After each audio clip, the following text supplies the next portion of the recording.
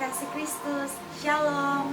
Tak ada lagi di hari Minggu, kita akan beribadah dan mendengarkan kebenaran firman Tuhan. Kakak Hana berharap semua sudah siap, karena kita akan membaca dan mendengarkan kebenaran firman Tuhan. Sebelum kita membaca dan mendengarkan kebenaran firman Tuhan, kita akan berdoa. Untuk itu Kakak Hana minta semuanya lupa tangan, tutup mata, mari kita berdoa. Tuhan Yesus yang baik, kami mau bersyukur dan berterima kasih untuk kebaikan yang Engkau nyatakan bagi kehidupan kami. Di saat ini kami akan membaca dan mendengarkan kebenaran firman-Mu. Kami mohon tuntunan Roh-Mu melingkupi hati dan pikiran kami, agar setiap kata yang kami baca, setiap kebenaran yang kami dengar, dapat kami pahami dan dapat kami lakukan dalam hidup kami dari hari lepas hari. Berfirmanlah kepada kami ya Tuhan Yesus, karena selaku anak-anak-Mu, kami telah bersedia untuk mendengarkannya. Di dalam nama Tuhan Yesus kami berdoa. Amin. Adik-adik kekasih Kristus, hari ini kita akan sama-sama membaca kebenaran firman Tuhan yang terambil dari Yeremia 29 ayat 4 hingga ayatnya yang ke-7. Yeremia 29 ayat 4 hingga ayatnya yang ke-7. Mari kita bacakan sama-sama ya. Di bawah perikop surat kiriman kepada orang-orang buangan di Babel. Beginilah firman Tuhan semesta alam Allah Israel kepada semua orang buangan yang diangkut ke dalam pembuangan dari Yerusalem ke Babel. Dirikanlah rumah untuk kamu diami, buatlah kebun untuk kamu nikmati hasilnya. Ambillah istri untuk memperanakan anak laki-laki dan perempuan. Ambillah istri kepada anakmu laki-laki dan carikanlah suami bagi anakmu perempuan, supaya mereka melahirkan anak laki-laki dan perempuan, agar di sana kamu bertambah banyak dan jangan berkurang. Usahakanlah kesejahteraan kota di mana kamu aku buang, dan berdoalah untuk kota itu kepada Tuhan, sebab kesejahteraannya adalah kesejahteraanmu. Demikianlah firman Tuhan yang boleh kita baca bersama di hari ini. Ya, adik-adik kekasih Kristus, berdasarkan firman Tuhan yang hari ini kita baca, kita mengambil sebuah tema pada minggu ini, yaitu tentang lingkungan hidup. Kakak Hana mau tanya, kira-kira adik-adik mengerti tidak apa artinya lingkungan hidup? Lingkungan hidup adalah tempat di mana kita hidup, di mana kita ada, di sekitar kita maupun apapun yang ada di sekitar kita.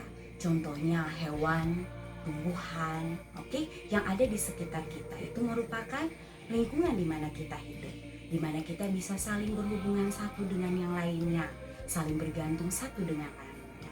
Demikianlah lingkungan hidup di mana kita tinggal. Hari ini kita belajar tentang kebenaran firman Tuhan lewat Yeremia 29 ayat 4 hingga ayat yang ke-7. Jika kita baca dengan teliti, di sana Yeremia bernubuat kepada bangsa Israel. Tahukah kalian bahwa pada saat itu di manakah bangsa Israel dibuang? Ya, bangsa Israel dibuang di Babel. Tahukah adik-adik semua bahwa bangsa Israel dibawa di Babel, dibuang di Babel, dan ada di dalam tekanan yang sangat berat. Mereka semua merasa sangat menderita, karena di saat mereka tidak siap, mereka harus berada di sana. Tuhan menghukum mereka agar mereka menjadi bangsa yang lebih baik lagi. Adik-adik kekasih Kristus, namun dengan hikmat yang diberikan Tuhan kepada Yeremia, Yeremia bernubuat kepada seluruh bangsa Israel di sana. Yeremia bersabda kepada mereka agar semua orang dan semua rakyat bangsa Israel memahami bahwa kasih Tuhan akan selalu ada bersama-sama dengan bangsa Israel. Bangsa Israel tidak perlu mendengar apapun kata semua orang yang ada di sekitarnya, tapi dia harus tetap bersandar dan berharap kepada Tuhan sambil menunggu janji penyertaan. Adik-adik kekasih Kristus, Allah berjanji kepada bangsa Israel bahwa Allah akan membawa bangsa Israel pada waktunya keluar dari Babel. Allah akan menuntun bangsa Israel menuju tanah Kanaan, tanah yang dijanjikan Tuhan kepada mereka. Allah pun berjanji kepada bangsa Israel bahwa Allah akan memberikan tanah yang subur bagi mereka, asalkan bangsa Israel harus menjadi bangsa yang bekerja keras, tidak patah semangat dan terus berusaha. Tidak hanya sampai di situ, Allah pun mengingatkan bangsa Israel.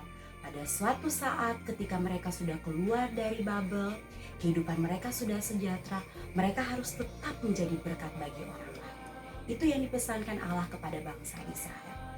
Demikian pun nubuat Yeremia kepada bangsa Israel pada saat itu. yang bertujuan agar bangsa Israel memahami arti kehadiran Allah dalam kehidupan mereka.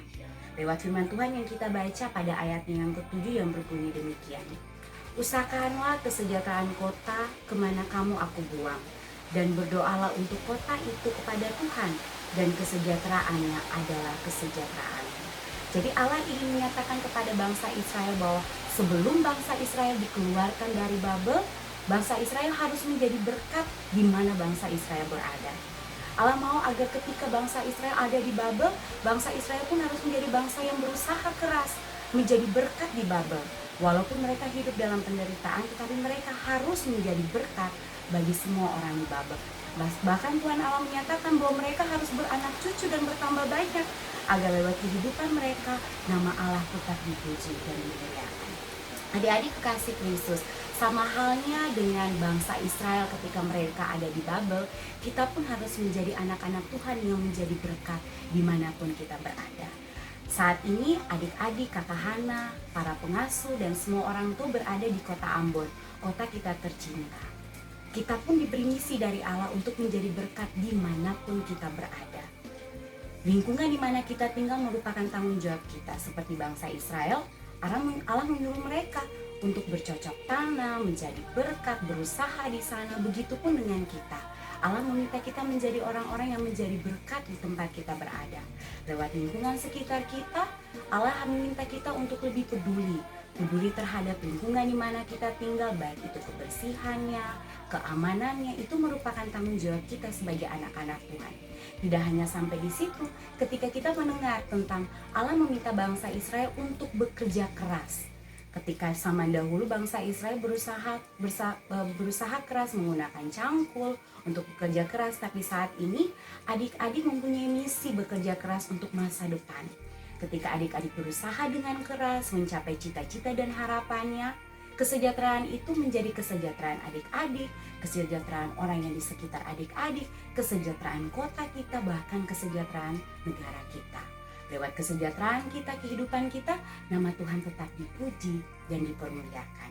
Kiranya lewat firman Tuhan yang kita baca dan kita dengar di hari ini, adik-adik memahami peran adik-adik sebagai anak Tuhan untuk menjadi berkat dimanapun kita berada.